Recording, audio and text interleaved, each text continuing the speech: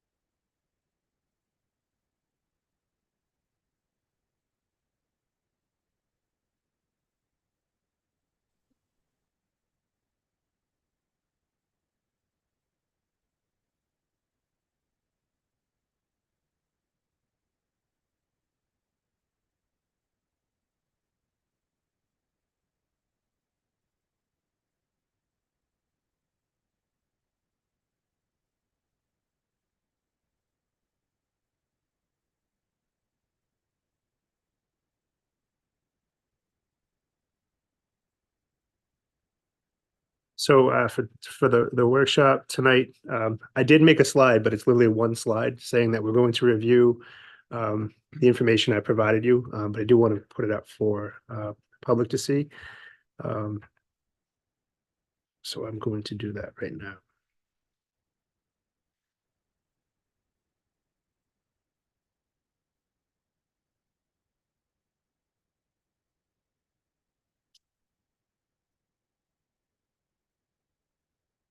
So from our last meeting, which was last Wednesday, I think feedback from everybody, which was very helpful, led us to a place where we would look at option A with some modifications. So what you have in front of you is essentially option A, but it includes or has removed. So it always gets hard when we're looking at a reduction, this stuff could potentially be out. But when you are talking about what's not on the list, it puts it back in the budget. So things that went back in the budget, shrinking the reductions from option A, was one teacher of the four that were reduced, a dean at the middle school, one SRO, and again, with support from the committee, a $300,000 commitment to furthering special education resources.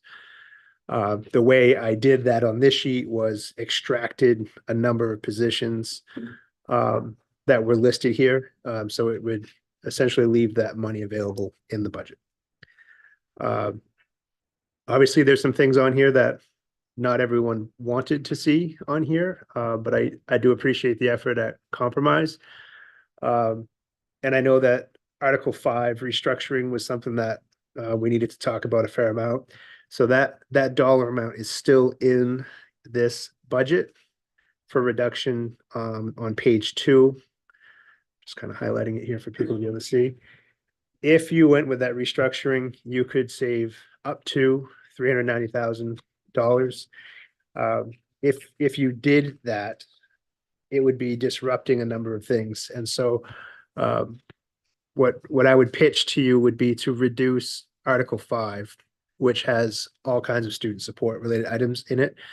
I would pitch to you to reduce that by just under $170,000 by removing the currently vacant SEL district position, looking for some additional funds, maybe up to $10,000 worth out of grant or title funds to supplement cost for the family engagement coordinator position, and to reduce looking at one of our nurse positions that has become vacant, and looking at a different model where we use other professionals that have training to provide certain services underneath the supervision of a nurse, which can reduce some cost. Still believe we need our nurses. This is just one way to potentially provide the same amount of human capacity, but looking at how to do it maybe a little differently. And again, that's a vacancy. Question. Something that I'm just realizing now that you spelled that out. The one teacher, where was that in our stuff last week? So there were actually four teachers. There were two middle school and two high school. The two high school were really based on enrollments and having access to that because of what happened this current school year with our enrollments jumping and not having a separate resource to grab. Because we were able to leverage schedules and whatnot to make it work this year. And I felt confident that if we need an additional position, we had unfilled roles that we could try to tap on. I worry about that in the future because we continue to reduce the number of those positions. But so that's where those were. They were two middle school and two at the high school. So this proposal right now still cuts the interventionist at Geiger? That's currently on this list still, yeah. Okay, that's what I thought by the one teacher. That's Yes. what I thought that was about, but Oh, it's no. about a different teacher. Okay. All right. It could be. If you want to do that. It's the same dollar amount, right? Roughly, yes. Okay. It's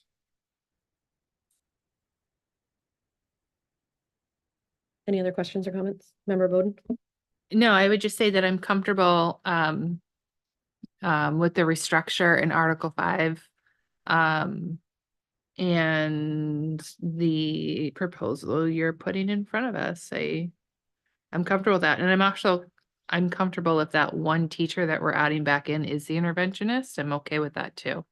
I just don't know of the 4 teachers at the high school and the middle school, like obviously those weren't filled positions we're talking about. So, if we've looked at enrollment for next year, like what does that bubble look like coming up into the high school? And what does it look like going into the middle school? Are we all set with the amount of teachers that we have, taking those 4 out? so those are informed by the administrators, and it is based on enrollments. Anything enrollment has that question mark on it though, because like this year we saw a jump of almost 200 kids. So that's something that if we see that kind of jump that's unanticipated, it will present a challenge that we'll have to try to solve. The positions at the middle school, again, they'll work to make sure we keep everybody whole. And the LHS teacher was not an actual employee. But I can also shift to that Geiger interventionist with that one role. It's still the same level of savings. That's And there is currently somebody in that Geiger interventionist role? Yes, and that's one of those ESER positions. Yeah, I would strongly advocate, since it's the exact same dollar amount, to keep the interventionist rather than an unfilled teacher position. That's what I would think would be most appropriate. Member Hurd? Thank you. So this chart that you gave us has total reduction with the Article 5. And instead of that dollar amount of 390,000, we're looking to reduce that by 170. Is it possible to get some updated figures at the bottom with that new number? Sure can. I think if we give Adam and Bill a couple minutes, they can probably come up with that. So if you already have it. Is it literally just a change of the $170 and $540? Do you want to come to the mic, please? Sorry. It's gonna be official.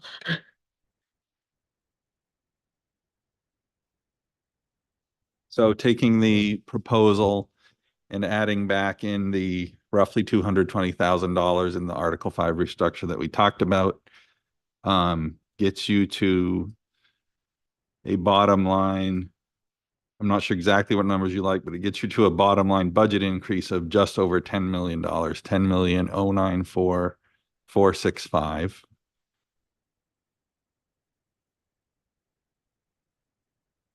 I'm sorry, that's general fund. Let me give you the one that includes adult ed. 10,140,805. 10,140,805. And the line that we have on this form that says total reduction, right now it says 3,959,938. What will that be after? Oh, I didn't bother with that, but I Okay, can. sorry. So that'll be a 9.94% overall increase. 0.94. And we were aiming for 10, correct? Yeah, okay. That'll put the mill rate at 14.56, which is an increase of $2.25.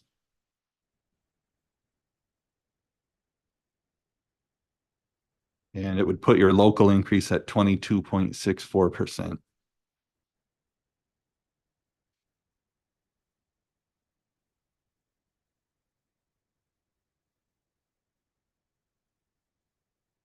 Do you have on it says estimated increase per 150,000 for a home. Do you Yep. have that information? Thank you. $338.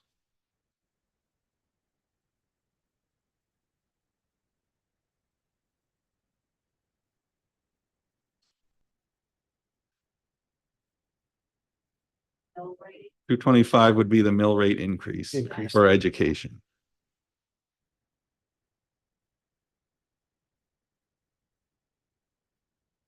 And if you give me a minute, I'll get you what the total decrease is now. Just don't want to guess and give you the wrong number.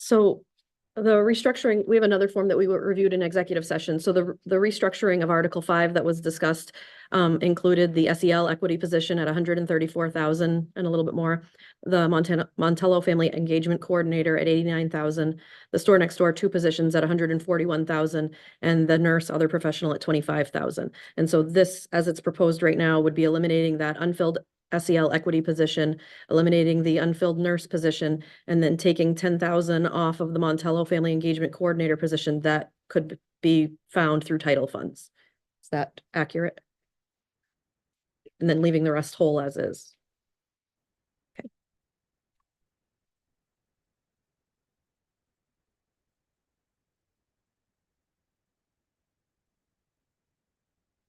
So this would bring your total reduction from the original proposed budget to $3,739,126. You're welcome.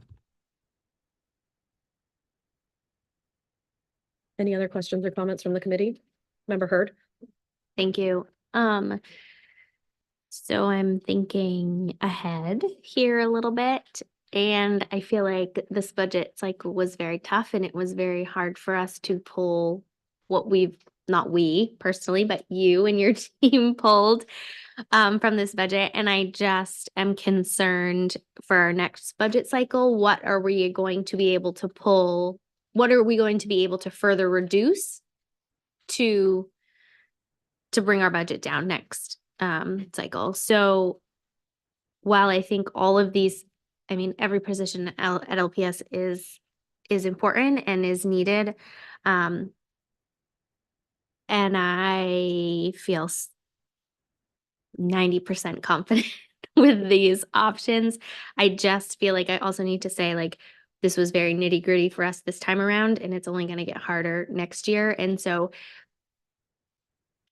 I couldn't think, and I'm sure you probably can't think of what you're going to eliminate next budget cycle to try and even get us down to where we are now. So I don't necessarily want to further reduce, but at the same time, if we could reduce a little bit more on this side, then it gives us a little bit of leverage next cycle where we potentially have more students incoming, and we have to provide at that point because we don't have teachers to teach, or we don't have teachers to fill classrooms. So I just wanted to make that public. Thank you. I think it's important, like, that the general public, and Jake can probably speak to this better than I can, but for the general public to understand that the budget's not gonna go down year after year. Like, the budget will never be lower one year after the previous year, because just like inflation and just the normal costs go up year after year. So even if we change absolutely nothing, a budget will never go down. It'll always go up at least some. And you can probably say that better than I'm saying it, if you know what I'm saying. I just think that in the world of collective bargaining agreements, people get steps, increases, raises, and it's negotiated. And so every year, I've yet to see a collective bargaining unit negotiate less benefit, less compensation, less recognition of their experience or credentials. So we say this a lot, but again, for public consumption, roughly 70% of our budget is people. And those people are going to want their steps, their increases to make sure their insurance is still there, all those kinds of things. So it becomes costly. And I don't want to say it's just a fixed thing, but to an extent, unless you're reducing by people, there's a fixed increase built into all of this. So it's the only way we could potentially see a savings is, let's say, if insurance is high this year and then next year it reduces, or from this number, if we find another insurance adjustment that could save a little bit of money from this proposal. But yeah, you said it right, that year to year, it's hard to reduce budgets that are heavily backed by collective bargaining agreements. Or if the state gave us more money. Yeah,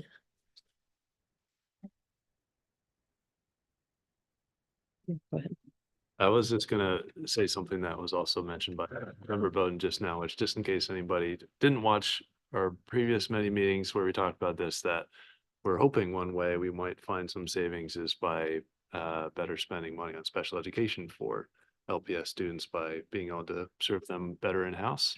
I think we're all hopeful for that, because this year, as we discussed, I mean, I think the largest single item is an increase in special education amounts, largely driven by the special purpose private school tuition. So it is a difficult thing to say. So I just want to make that point on Mike as well. Any other questions or comments from the committee? Any members of the public like to speak? Seeing none, it's back to you. So back to me, I guess the one thing that we had mentioned prior, but we haven't talked about it a ton, is the use of reserve funds as we look at this growth of support for things, to use unspent funds to create a reserve for facility use. If we were to come into a situation where we could position a property, change a property, adjust a property to better provide those services, and for other failing needs of our district, or needs that will become failing situations, one on space, but also on the use of things like LCIP dollars, and how do we slowly start to position this back into a budgetary approach versus a bonded approach, is something that we're interested in. So I think the recommendation that I had shared last time, just for you to be thinking about, was to put $3 million into a strategic reserve account to have for availability for facilities use. Member Bowden? Thank you. I actually, I'm in support of that, mostly because of the restructuring we're trying to do for special education. And if we were able to hire and keep more students in-house and service them here, we're saving money, but we're also going to need space. And so looking ahead in the future, I think it's important, first of all, that we don't have an overinflated fund balance because we're not supposed to. So putting that money into a reserve to potentially open up some space. Like for me, like I said, I'm specifically thinking about special ed services. If we're able to open up space to keep kids in house, like that is our duty. Like that's the whole reason we're giving special ed as much money as we're giving them. So I think it's important. I'm okay with moving that money into a reserve account. I don't know how everyone else is feeling, but it makes total sense to me. Anyone else want to comment on it or just nod? Okay. Seems like that's good. So short of Any other questions? I think the next step would be to adopt those two items. And I will start preparing for the city council presentation. Does that mean we can cancel Wednesday night's meeting? Wednesday night's meeting could be canceled as long as I can provide an update here at the end. Wonderful. How specific of a motion do you need? So I think I would use the numbers. So it would be a motion to approve 10,140,805 budget and a $3 million reserve for facilities use that's being created with fund balance. That sounds wonderful. Is there a motion? So moved. And a second by member Hurd. Any further discussion? All So in, just oh, yep, go quick ahead. point. It's a $10.1 million increase, right? Not $10.1 Correct. million budget. Increase. Yeah. Yes, That would be Yes, shocking. very Yeah. clear, yes. And that's Thank you. including the adult ed. Yes. yes. And swapping that teacher position for the interventionist. Okay. All in favor? It is unanimous. Hurd, member Hurd. So is there a motion to adjourn? Oh, sorry, I wanted to Oh. share a little bit of an announcement, or at least I know it's not an item, it could be, but it's time sensitive. We're hearing more and more from people that schools are dismissing early for the eclipse. And I talked to a few of the superintendents who are also looking to do that. And it had a couple of reasons behind it. And so I want to share this out loud because I don't know that this is like my jurisdiction technically, but it's awkward enough to share with you, obviously. So I have the ability to do early releases if conditions permit. I don't know what conditions will be that day, other than the eclipse happens during when kids are walking home and when kids are transitioning on buses at our elementary schools. So one of the ideas between staff who may not be available because they're choosing to watch the eclipse, having an opportunity for kids to plan accordingly to watch the eclipse and to not be traveling at the time of the eclipse. One idea that's been floated is to have a half day on Monday, April 8th. The reason I want to say it aloud here is that's not like a snowstorm or a power outage or any reason for that half day, but it's also only 2 weeks away. And I wanted to get it out there to be thinking about if we did this, sharing that message with families right away, but also giving them a 2-week heads up or close to 2-week heads up that could happen. And this all kind of came with some energy on Friday amongst other districts. So Member Bowden? So just to clarify, a half day wouldn't mean we have to make it up. It's considered a full school day, and it could potentially stop teachers from calling out for an eclipse. I don't know how else to say it, but yeah, you know, well, I think one of the concerns is that people will call out because this is in some cases, once in a lifetime opportunity to get a little bit out of our zone to see the full eclipse. And I think people might take advantage of that because they're within a shorter distance. But if they go do that, they're not available to us here. so would all like meetings and everything after school be canceled for teachers? Would they have the opportunity to only have a half day like the students so they could go see the eclipse? Yes. Perfect. And I'm in favor of that. Any other comment, member Eames? Any concerns I'd like to know about? My understanding is the curriculum is being worked around the eclipse in various levels, in various ways. This would not disrupt that, I'm hoping. No, I don't believe so. There's still some intentions. It might grab at some of the time of that day, but I'm hopeful people can move it around a bit, knowing that if we did this, kids would be home and adults would be home to see it. Just a quick question. Are there any school led opportunities to view the eclipse with students?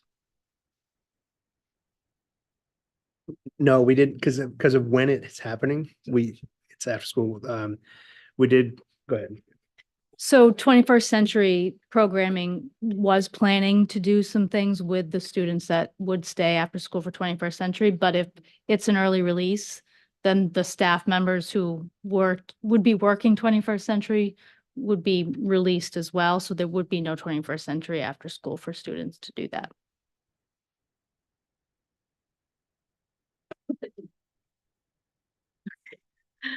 Susan, can you speak at all to the curricular work that's being done that you told me about? I know that they are giving glasses to the students, right? Safe glasses. Am I correct? Yeah, so we purchased safety glasses for all staff and students. We got white ones so that kids could decorate them. The art teachers are working on that. Although I hear that it's really cool to have just plain white uncreased, like your sneakers at the middle school level. So I doubt those will be decorated, but everyone has access to safety glasses. We shared a ton of resources. K-6 STEM is doing things specifically around the eclipse. Now, I was in a classroom today and they were doing it with some kindergartners. So the curriculum pieces are within STEM. So no teacher outside of science really feels like pressured to try and fit that in, although we did say that safety was the #1 priority and that all students need to have the opportunity to view the safety video. Because we were concerned they'd be going home or on the bus during that time. But there's a lot of resources out there for people to choose from, a live stream from Texas in the morning so they can see it first hitting the United States. So there's things going on in after-school programs, as Karen mentioned, but it's really, all of that stuff can happen earlier in the day if the decision is to go with an early release. Any other member? Medina? I don't know. I guess what if the 21st century is like, we're gonna do this together as they had planned and like we're really excited. Could they still do that or no? No? Okay. Just figured I'd ask. No, it'd kind of be all or none, for multiple reasons, including transportation. So if we do that midday release, it has impacts to pre-K, has impacts to buses, and if we have drivers come back, it would make them have to wait, and then they have contract issues. It's just messy.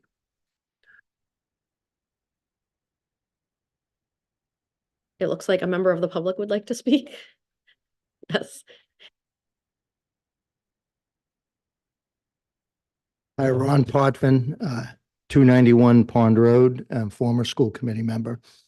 I just want to mention, kind of urge everybody to really embrace this idea. I've kind of been following it along throughout the country and seeing what states are doing. And I think the #1 reason that just stands out clearly has nothing to do with fun, has nothing to do with science, it has to do with public safety. I don't know how many of you have gone through a total eclipse. I was a little shocked myself when I went through my first one. We're talking 8 o'clock at night, darkness here. Do we want our kids out at 8 o'clock at night, negotiating streets and traffic, buses, etc.? And as I've read the other states and their justifications, this is the one that stands out the most, that I think you don't see it that often, so people don't give it the value it should have, and that it's really dramatic, and that something like this, we should err on the side of safety, and regardless of the educational issue, this is significant. I mean, it just, a lot of things could go backwards in this. So I just urge the committee to wholeheartedly embrace that idea of a half a day. Thank you. Thank you. Anyone else? Did you have anything else? Is there a motion to adjourn? Oh, sorry, member I Eames. still just wanted to say that tomorrow I'm going up to the State House, and anyone who wants to go with me can, to lobby for this Maine School Board Association on certain bills, including the private school one that we're so worried about, CDS. Yeah, thank you. Thank you. Member Bowden, Motion to adjourn. is there a second? Seconded by member Hurd. All in favor? School committee's adjourned at 6:58 PM.